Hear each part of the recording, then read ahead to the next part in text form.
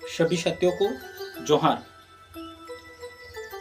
आरक्षण व्यवस्था क्यों जरूरी है, इनके लिए मैंने एक वीडियो देखा, मुझे बहुत अच्छा लगा कि आरक्षण व्यवस्था लागू करने के लिए भीमराव जी अंबेडकर जी ने क्या क्या परेशानियां झेली। आप वीडियो को एंड तक जरूर सुनेगा। भीमराव, आपसे एक बात करनी थी। जी बोलिए। आपने तो देखा ही है, सभा में कितने लोग सरकारी नौकरियों में आरक्षण का विरोध कर रहे हैं। अब अगर शेड्यूल कास्ट और शेड्यूल ट्राइब वालों को आरक्षण दिया गया तो आप तो जानते ही हैं, फिर सिख, ईसाई, पारसी, मुसलमान कोई पीछे नहीं रह जाएगा। हाँ, मगर सिख, ईसाई, पारसी, मुसलमान या किसी और का मुकाबला अनुसूचित जनजातियों के साथ नहीं हो सकता। ये सारी जातियां पैसे वाली भी हैं और सोशली सिक्योर्ड भी। ठीक बात है, पर अगर एक बार आरक्षण का दरवाजा खुल गया तो देखिएगा, सभी लोग अपना हक मांगेंगे और हिंदुओं के लिए सरकारी नौकरियों में जगह नहीं बचेगी, जबकि संख्या में वो सबसे ज्यादा है।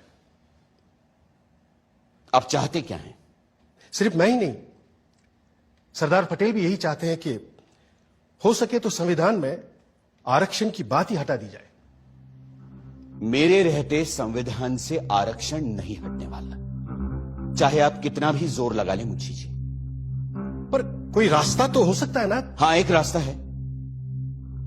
मैं ही हट जाता हूं संविधान की ड्राफ्टिंग कमेटी से। अरे फिर आप लोग जैसा चाहें वैसा संविधान बना लीजिएगा। सुनिए भीमराव, भीमराव सुनिए तो।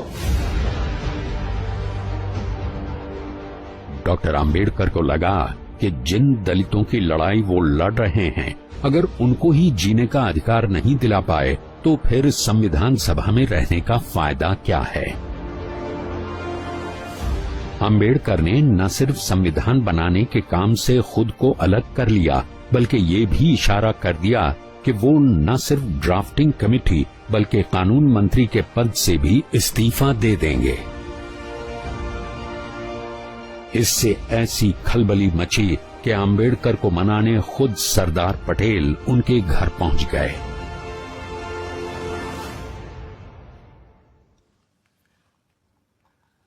मुंशी जी की बातों से आप नाराज हो गए भीमराव?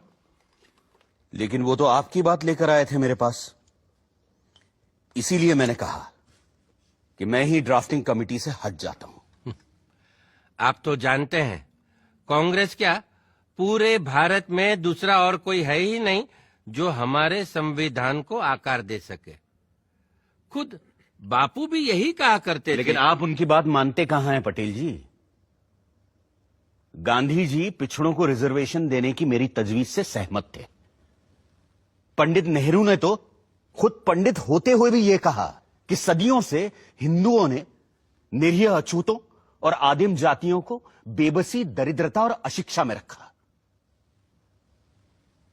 फिर अगर हमें उन्हें सबके साथ बराबर लाना है तो हमें उन्हें स्पेशल ट्रीटमेंट देना ही होगा। आपकी बात सही है, पर आप तो जानते हैं कि बड़े पदों पर हम मेरिट के आधार पर ही लोगों को ले पाएंगे। तो फिर क्लर्कों की नौकरी के लिए इतना बड़ा जोखिम उठाना? जोखिम? मुझे तो इसमें कोई खतरा नजर नहीं आता। खतरा यह है कि अगर हमने एक विशेष वर्ग को आरक्षण दे दिया तो बाकी के लोग भी आरक्षण की मांग करेंगे और भारत भर में जातिवाद का ये जहर फैलता जाएगा।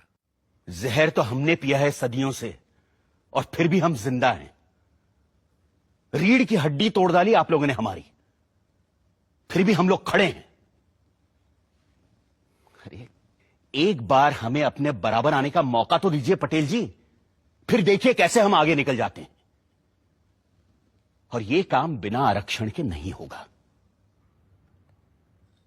अगर फिर भी मेरी बातें आपको जहरीली लग रही हैं तो मैंने अपना इस्तीफा तैयार रखा है, आप खुद लेते जाइएगा। मैं बड़ा जिद्दी आदमी हूं अंबेडकर जी, लेकिन मूर्ख नहीं हूं, किसान हूं। देखकर ही बता सकता हूं कि कौन सा बीज कल मुझे अच्छी फसल देगा।